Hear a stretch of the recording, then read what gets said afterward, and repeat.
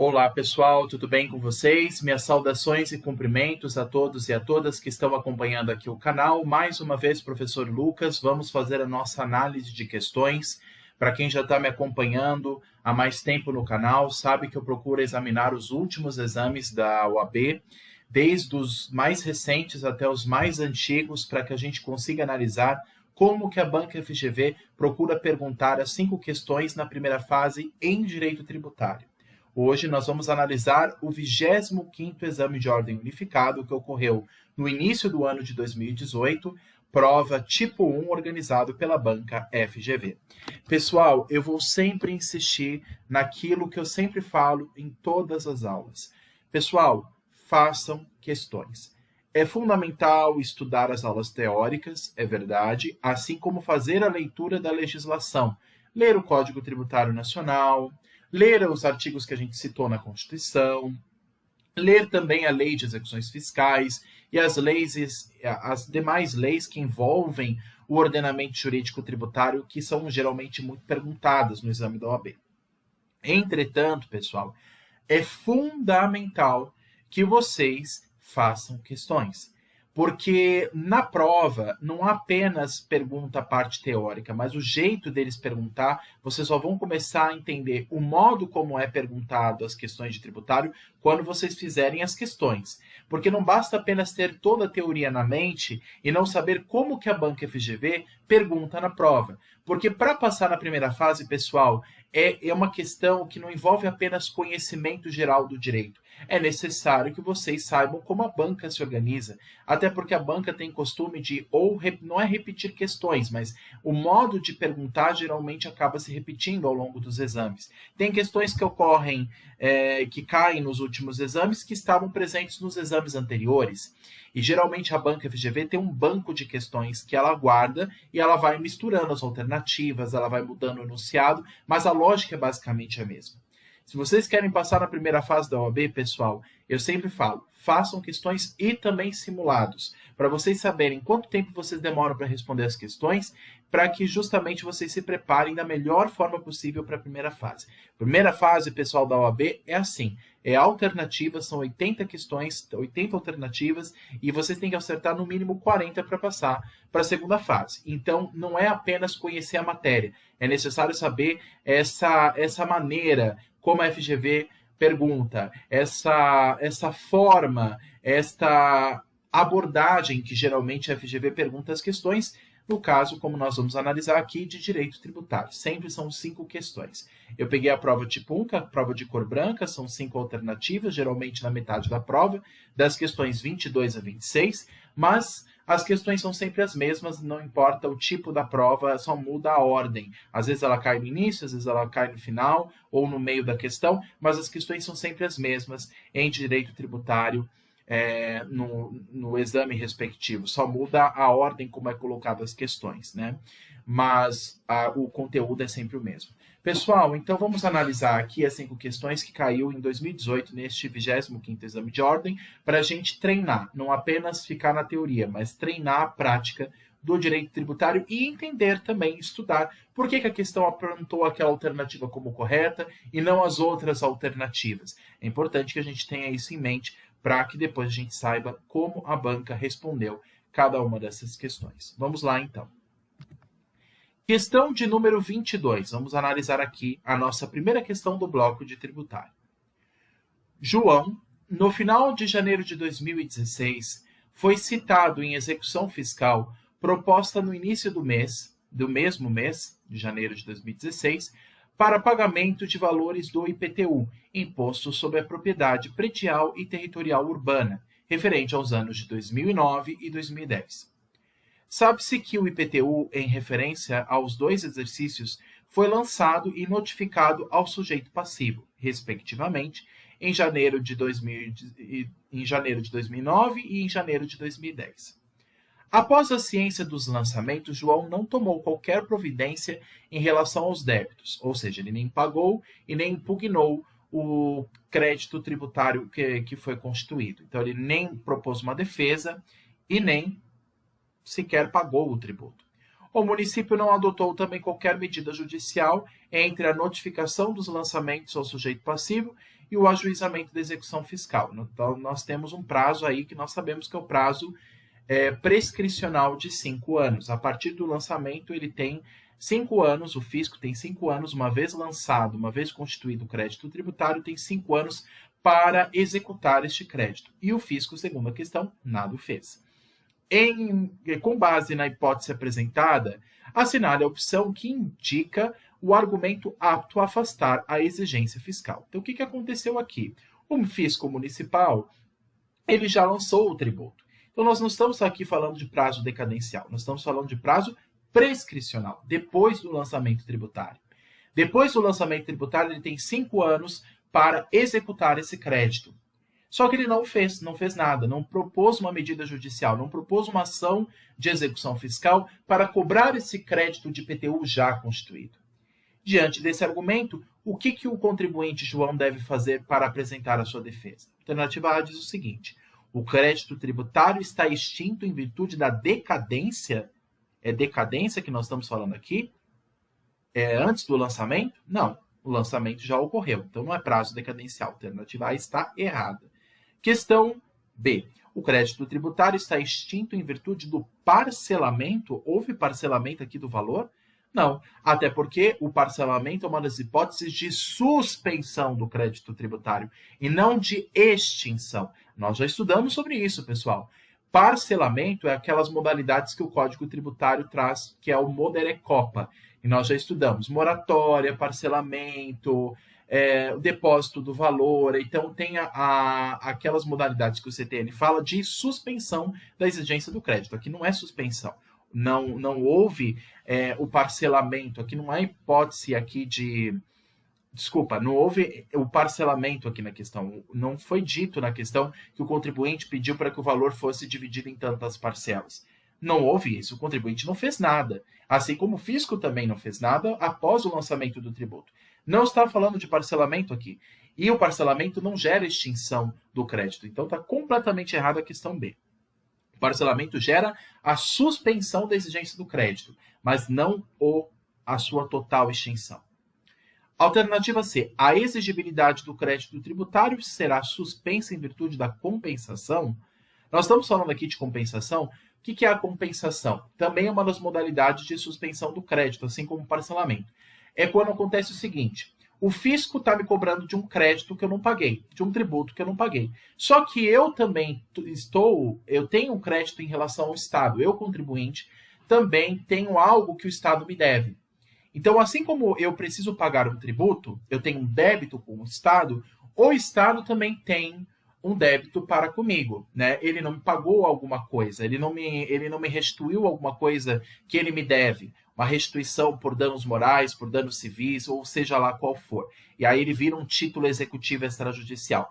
Quando existem essas duas dívidas, tanto o Estado que deve ao contribuinte e o contribuinte para o Estado, existe o sistema chamado de compensação. Já que o Estado deve ao contribuinte e vice-versa, vamos ver quanto que esses valores se compensam. O Estado me deve 10, mas eu devo 20 ao Estado. Então, há uma compensação aqui. Então, em vez de eu dever 20 para o Estado, eu acabo devendo 10. 10 menos 20, 10. Então, há um sistema de compensação. Aqui não falou nada disso. A questão está falando de compensação, que o fisco municipal está devendo algo para o João e o João também está devendo algo para o fisco. Aqui não está falando de sistema de compensação.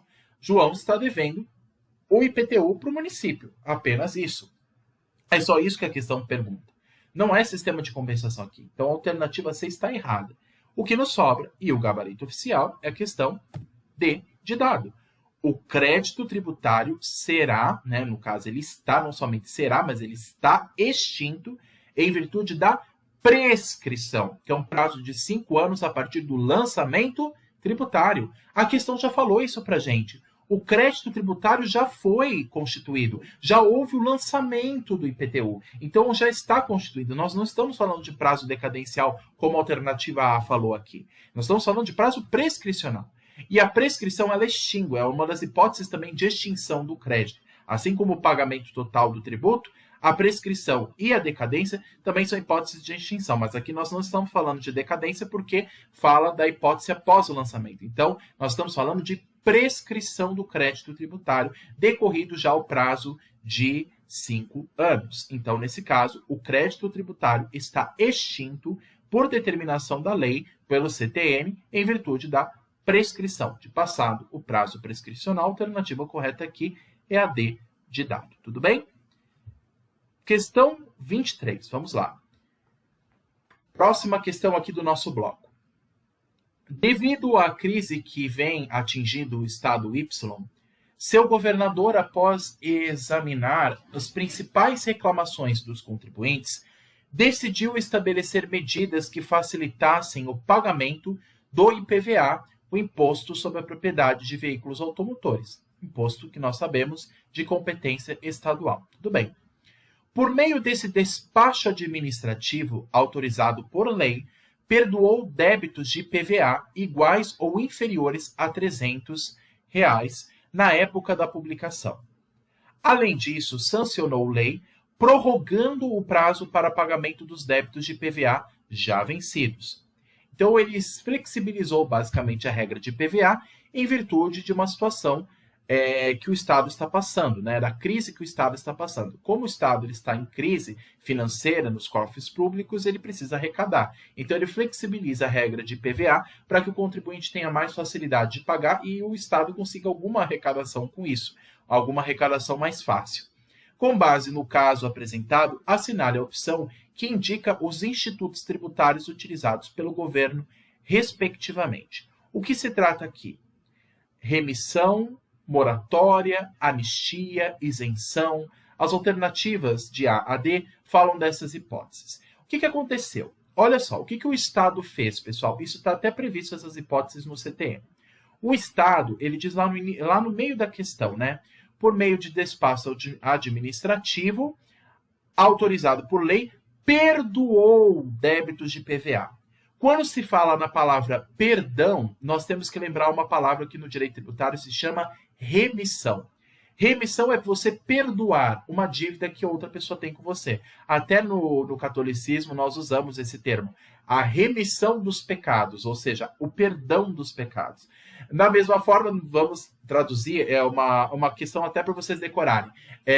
Da mesma forma, no direito tributário a gente usa esse nome. Remissão, perdão. Você perdoa uma dívida. Não é que a dívida está quitada, ela ainda existe, mas mesmo assim você desconsidera. Você perdoa, você acaba com ela. A remissão é, portanto, o perdão da dívida. Então nós já temos duas alternativas aqui, a A e a C.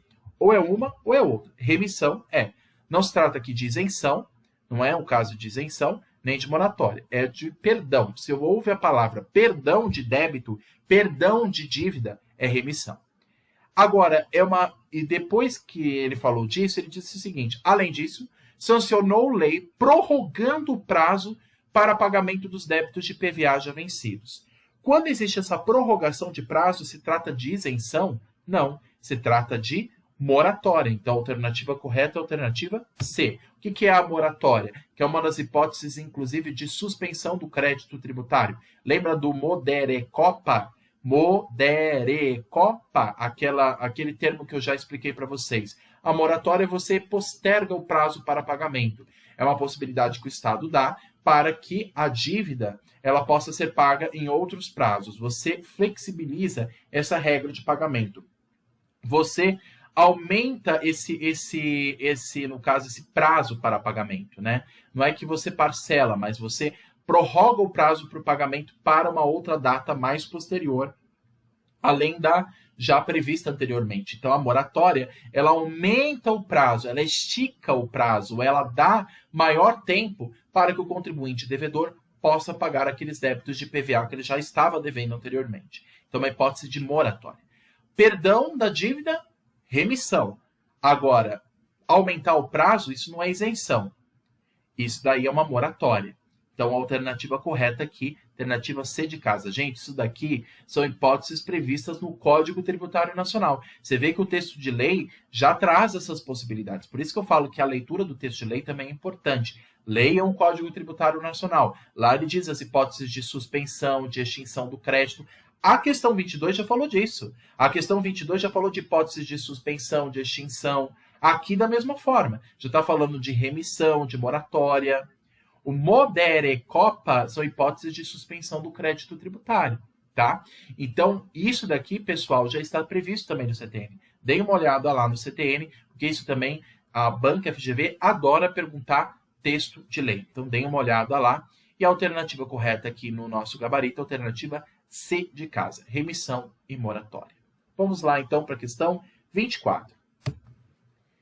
Em 2015, o município X estabeleceu, por meio de lei 123, alíquotas progressivas do Imposto sobre a Propriedade Predial e Territorial Urbana, IPTU, tendo em conta o valor do imóvel. Ou seja, quanto maior o imóvel, o valor venal desse imóvel, maior será a alíquota que vai incidir nessa base de cálculo. Então, a alíquota ela será progressiva e irá acompanhar o aumento, a valorização imobiliária. Tudo bem. Sobre a hipótese, assinale a alternativa correta. Questão A. A lei é inconstitucional, pois a lei é inconstitucional, pois a Constituição da República admite alíquotas progressivas de IPTU apenas se destinadas a assegurar o cumprimento da função social da propriedade urbana, o que não é hipótese.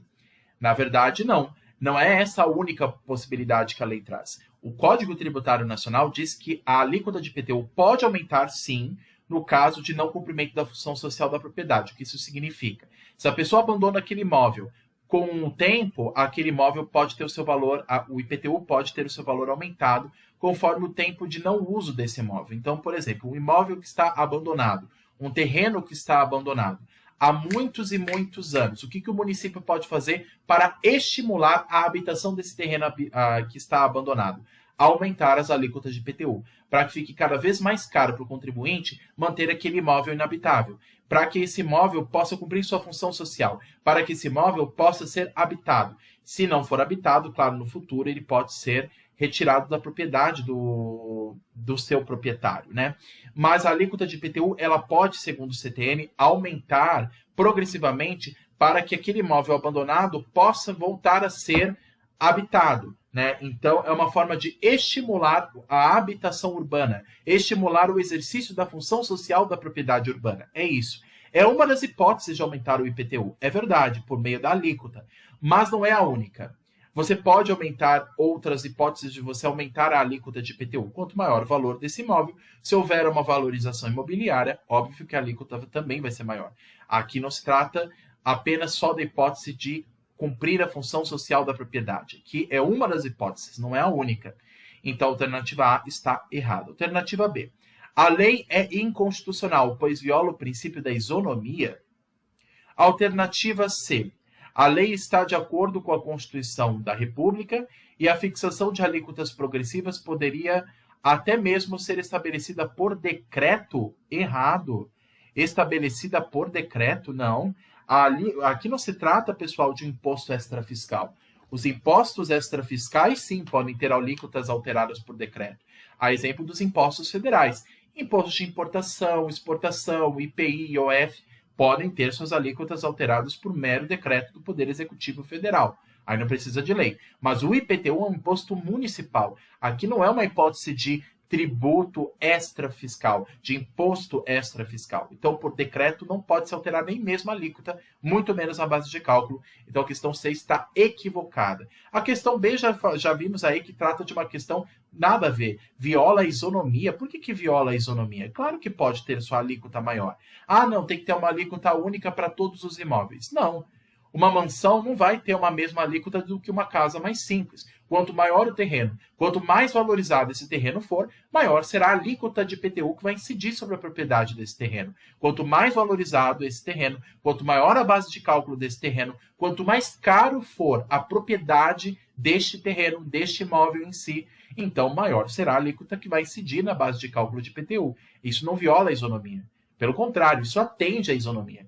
Tratar os desiguais de maneira desigual na medida de suas desigualdades. Quem ganha menos vai receber menos incidência de alíquota. Quanto maior for a propriedade dessa pessoa, ela vai pagar mais imposto, isso é óbvio. Vai atender uma proporcionalidade.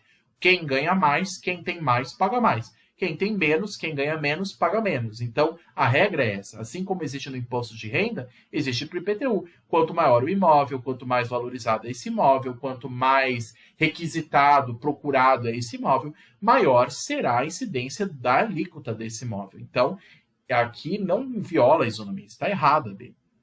A questão D é o que nos sobra, que é a alternativa correta, gabarito oficial, questão D de dado. A lei está de acordo com a Constituição da República, que estabelece a possibilidade de o IPTU ser progressivo em razão do valor do imóvel. Exato, é o que nós falamos. Quanto maior o valor venal do imóvel, quanto maior o valor deste imóvel, quanto mais valorizado ele for pelo valor de mercado, maior será a incidência de IPTU.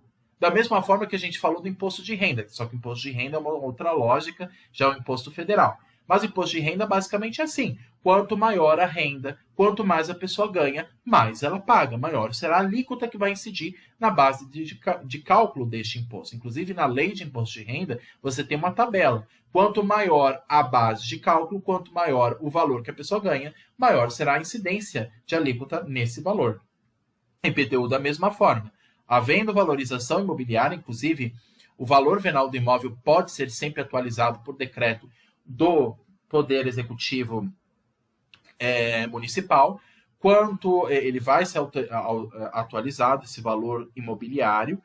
A alteração desse valor, a alteração da correção imobiliária, do valor imobiliário, pode ser feito pelo Poder Executivo Municipal. Então, ele vai analisar se aquele imóvel teve alguma valorização, se ele está mais procurado, se o valor de mercado está maior. E quanto maior essa base de cálculo, maior será a incidência de alíquota dela. Então, também, assim como no imposto de renda, o IPTU tem uma tabela progressiva. Claro que cada município vai estabelecer esta regra para a sua localidade, mas essa que nós estamos analisando aqui é uma regra geral que já se prevê no CTN. Então, a alternativa correta é a D de dado. A lei está de acordo com a Constituição da República, que estabelece a possibilidade de o IPTU ser progressivo em razão do valor do imóvel. Questão correta é a D de dado, tá bom? Questão 25, pessoal. Já tivemos 3 questões aí de pergunta de impostos, e agora nós vamos ter uma 4ª, olha só. Inclusive, aqui no canal já tratei com vocês sobre a regra matriz de incidência dos impostos de todas as competências, federal, estadual, municipal. Deem uma olhada lá no meu canal, que tem todas as aulas completas, tá? Sobre a regra matriz de incidência dos impostos. Vamos lá. Questão 25. O município M, ao realizar a opção constitucionalmente prevista, fiscalizou e cobrou o ITR, Imposto sobre a Propriedade Territorial Rural, incidente sobre as propriedades rurais localizadas fora de sua zona urbana. Pera lá, professor. Vou dar uma pausa aqui para vocês entenderem. O ITR não é de competência federal? Sim, ele é de competência federal. É um dos impostos previstos no artigo 153 da Constituição. Tá bom, mas se ele é de competência federal, por que o município está cobrando ITR? Cuidado, pessoal. Na regra do ITR, que nós já analisamos várias vezes, e várias vezes a OAB adora perguntar sobre ITR, porque gera uma confusão. Por quê? A União, ela tem a competência tributária de tratar sobre matéria de ITR. Mas quem vai fazer a fiscalização e a cobrança de TR em nome da União será o município. Então, o município ele não tem competência tributária. O que ele está exercendo aqui é a capacidade tributária ativa de cobrar ITR em nome da União. Ah, mas isso é possível? Sim, perfeitamente possível. O Código Tributário Nacional e a Constituição estabelecem essa possibilidade. O que a União não pode fazer é delegar a sua competência tributária de legislar sobre TR para o município. O município não está legislando sobre TR. A questão não está falando que o município estabeleceu uma lei municipal que vai mudar a regra de TR. Aqui não está falando disso. Aqui ele está falando sobre fiscalizar a cobrança de TR. Então, ele está exercendo a capacidade tributária ativa. Aqui não se trata de competência tributária. A capacidade tributária ativa, sim, ela é delegável, o que não é a competência. No caso, então, o município está exercendo a capacidade tributária ativa, em nome da União, de fiscalizar as obrigações acessórias e a principal dos contribuintes de TR. Então, é isso que a questão está falando aqui no início. Então, cuidado, pessoal, para ninguém achar, está errado porque o município já está cobrando um imposto federal. O imposto é federal, mas ele pode fazer isso em nome da União. A Constituição já estabelece essa possibilidade. Ela transfere a capacidade tributária ativa. Mas por que a União faz isso? Porque os municípios estão muito mais próximos de nós do que a União. O governo federal está muito mais distante de nós do que o governo municipal. O município é uma realidade muito mais próxima de nós do que a União. E cada cidade, cada município sabe da sua realidade interna. Existem municípios que são mais rurais do que urbanos, existem municípios que são mais urbanos ou totalmente urbanos do que rurais, existe meio a meio. Então, cada município sabe da sua realidade. Então, para evitar essa confusão e para evitar que a União cometa erros na cobrança de TR, ela delega aos municípios a capacidade tributária ativa de, em nome dela, União, fazer a cobrança desses impostos e garantir o cumprimento das obrigações acessórias. É isso que a questão está falando, tá? É importante, pessoal, fazer esse adendo porque a gente também precisa analisar a questão e entender o que a questão está querendo dizer para nós. Vou repetir, então, o início da questão. O município M, ao realizar a opção constitucionalmente prevista, então a Constituição já prevê essa possibilidade, fiscalizou e cobrou o ITR incidente sobre as propriedades rurais localizadas fora da sua zona urbana. Tudo bem, fora da área urbana. Em função desse fato, o município M recebeu 50% do produto do imposto da União sobre a propriedade rural relativa aos imóveis nele situados. Diante dessa situação sobre a fiscalização e a cobrança de TR pelo município M, assinale a alternativa correta.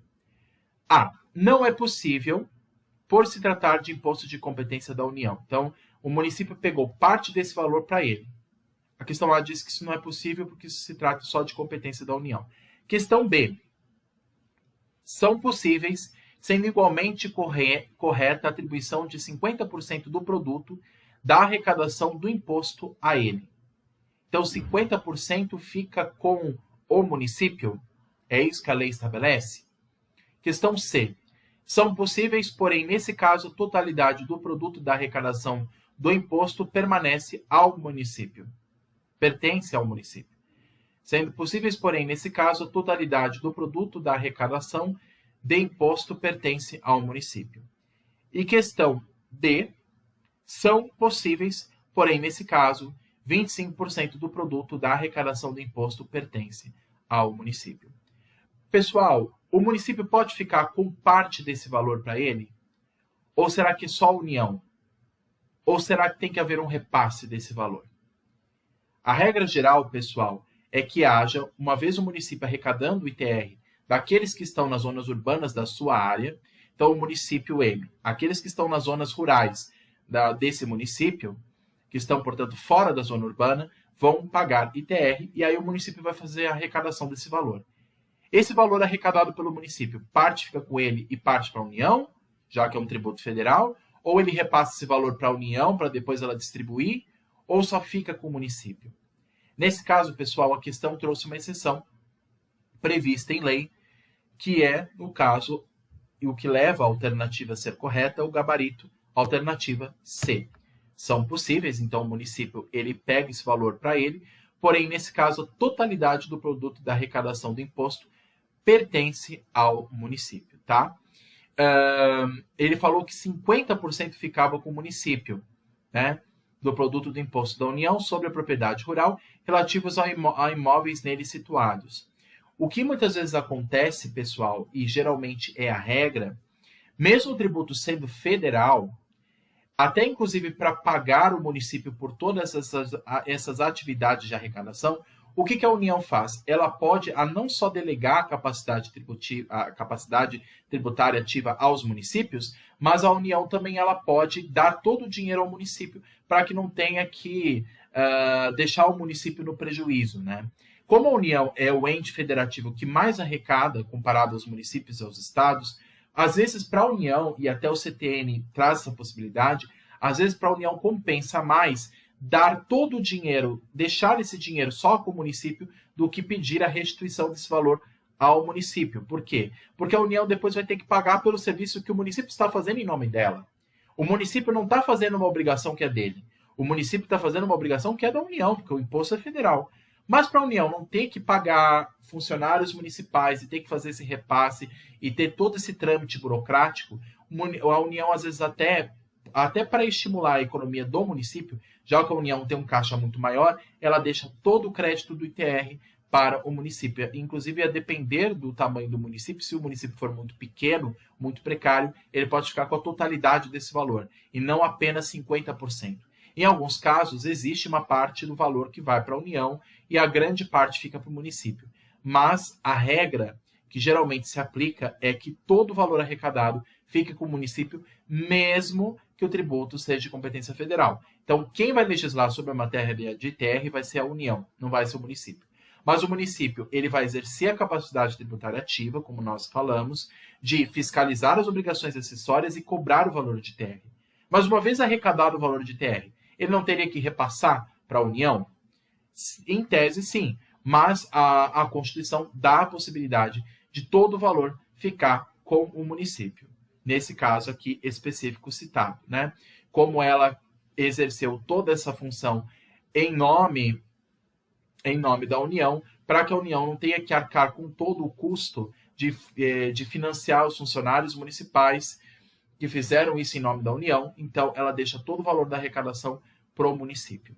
Então a alternativa correta, segundo o gabarito oficial, é a C. São possíveis, porém, nesse caso, a totalidade do produto, e não só 50%, da arrecadação do imposto pertence ao município. Tudo bem? Então, uma hipótese aí de exceção que a Constituição e que a questão trouxe aqui no enunciado, tudo bem? Por isso que eu falo, pessoal, é importante a leitura da Constituição, é importante a leitura do CTN, é importante a leitura do texto de lei, para que a gente lembre também das exceções que podem ser questionadas na prova, como foi questionado na questão 25, tudo bem? A alternativa correta aqui, segundo o gabarito, é a C, de casa, para a questão 25. Questão 26.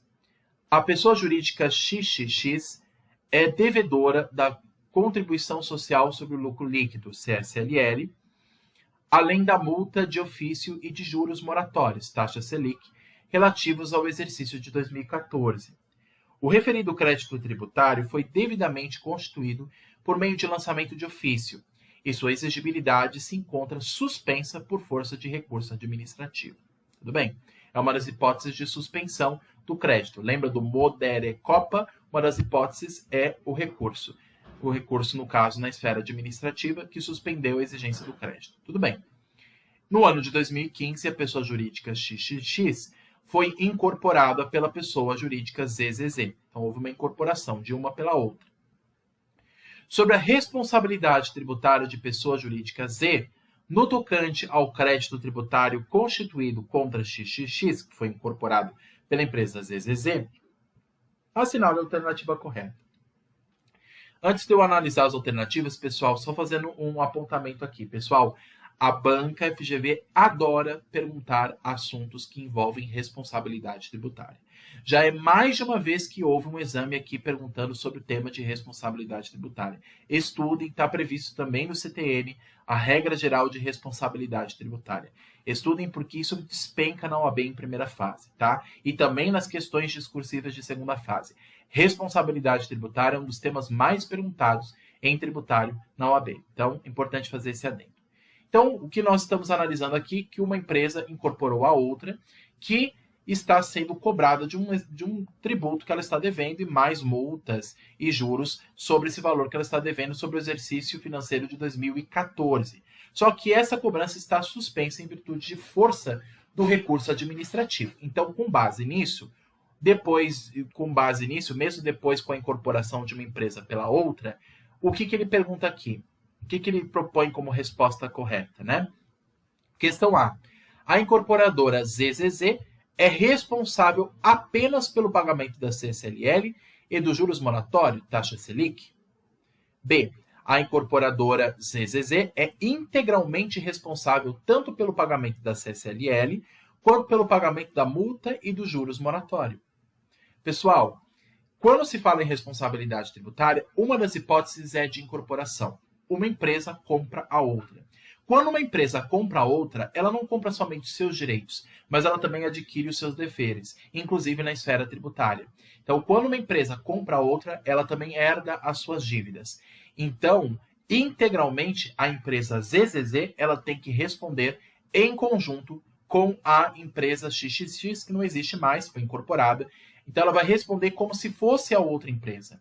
A empresa ZZZ, como comprou a empresa XXX, ela vai responder em nome dela, como se ela fosse a devedora. Porque ela incorporou a outra sabendo que a outra tinha essa dívida de contribuição social com o fisco federal. Então, nesse caso, ela assumiu o risco. A incorporação na esfera empresarial, ela também envolve isso, esse assumir o risco. Quando uma empresa compra a outra, ela assume a responsabilidade, ela assume o risco de cumprir com os deveres fiscais e também nas outras esferas, trabalhista, civil, criminal, que aquela outra empresa teve. Então, quando uma empresa compra outra, isso que quer dizer incorporação, uma maior compra uma menor, então, nesse caso, ela vai herdar seus deveres do passado, inclusive. Então, a questão correta, inclusive, segundo o gabarito oficial, é a questão B. A incorporadora ZZZ é integralmente responsável por tudo, pelo pagamento da CCLL, também pelo pagamento da multa e dos juros moratórios. Essa é uma das hipóteses de responsabilidade tributária integral, previsto no CTE. Mas vamos analisar as outras questões. A alternativa C dizia o seguinte: a incorporadora ZZZ é responsável apenas pelo tributo, uma vez que, em razão da suspensão da exigibilidade, não é responsável pelo pagamento de multas e demais acréscimos legais. Errado. Pessoal, a suspensão do crédito tributário não envolve multas. Ela suspende a exigência do crédito tributário, mas multa não é tributo. Lembra que multa é penalidade pecuniária. A multa é uma penalidade pecuniária, não é uma espécie de tributo. Então, a suspensão ou extinção do crédito tributário não atinge multas. A multa é cobrada em paralelo com os créditos tributários devidos. Então, a multa é uma penalidade pecuniária. Não se trata aqui de tributo. Então, mesmo que eu fique quitado de pagar um tributo, eu teria que pagar uma multa por não cumprir uma regra tributária. Tudo bem? Então, a multa não é tributo, é uma penalidade pecuniária que decorre de uma infração, geralmente de natureza administrativa. Então, nesse caso, a alternativa C está errada. A alternativa D, a incorporadora ZZZ é responsável apenas pela CSLL, pela multa, não sendo responsável pelo pagamento dos juros moratórios, também ela é responsável integral. Então, a questão correta é a B, que traz a hipótese prevista em lei. Quando há a incorporação, uma empresa compra outra, quando isso ocorre, ela está assumindo risco. Ela diz, eu vou comprar essa outra empresa, mas eu sei que comprando essa empresa eu não vou comprar somente, eu não vou só adquirir a empresa. Eu não vou só adquirir os direitos dessa empresa, mas também vou adquirir os deveres dela, inclusive na esfera fiscal. Então, ela vai herdar a dívida de CSLL, como também de multa e juros moratórios, como se ela fosse a empresa XXX. Porque, na verdade, com a incorporação, elas passam a ser a um só. A uma empresa, uma só. Acabam sendo uma coisa só. Então, a ZZZ se torna a XXX na esfera tributária e passa a pagar por tudo. Pelo tributo devido, pela multa, que é uma penalidade pecuniária que não é um tributo, mas que tem que ser pago também, e por juros moratórios, ou seja, o valor devido vai ser corrigido pela demora, né? No caso, corrigido por juros, por correções por correção monetária, por correção do valor devido, porque sabe que o valor, por conta da dinâmica do mercado, ele vai desvalorizando. Então, não há em si o valor apenas bruto que vai ser pago, mas a multa e a sua correção monetária, com juros, no caso, juros moratório, os juros que incidem sobre a demora do pagamento do valor devido. Então, ela paga por tudo, responsabilidade integral. Então, a questão correta é a questão B de bola, tudo bem? Uma das hipóteses previstas em lei. Olha aí como é importante a leitura do texto normativo. Pessoal, espero que tenha ficado claro as minhas explicações. Se não ficou, me falem aqui nas questões aqui embaixo, apresentem suas dúvidas, me falem aqui nos comentários embaixo do vídeo, apresentem as suas questões. Estou à disposição de vocês, pessoal, para esclarecer todas as dúvidas, não só dessa aula, mas de todas as outras. Espero que tenham gostado. Se tiverem sugestão para melhorar o canal, deixem aqui também nos comentários. Peço que curtam, comentem, compartilhem, se inscrevam no canal, ativem o sininho, me ajudem a fazer com que esse canal cresça cada vez mais, para atingir o maior número possível de pessoas e, assim, o conhecimento tributário ficar o mais acessível possível para todos e que todos consigam, portanto, ter acesso a esse conhecimento e se preparem para a primeira fase na matéria de direito tributário e para aqueles que também vão escolher a segunda fase em direito tributário. Tudo bem? Vou tirar aqui os slides, pessoal. Quem quiser esse material que eu acabei produzindo no PowerPoint, que está disponível aqui na minha área de trabalho.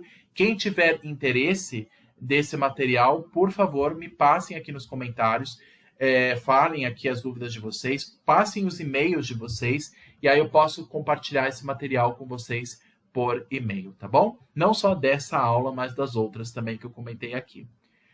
Muito obrigado a todos, pessoal, pela atenção, bons estudos e até a próxima. Tchau, tchau.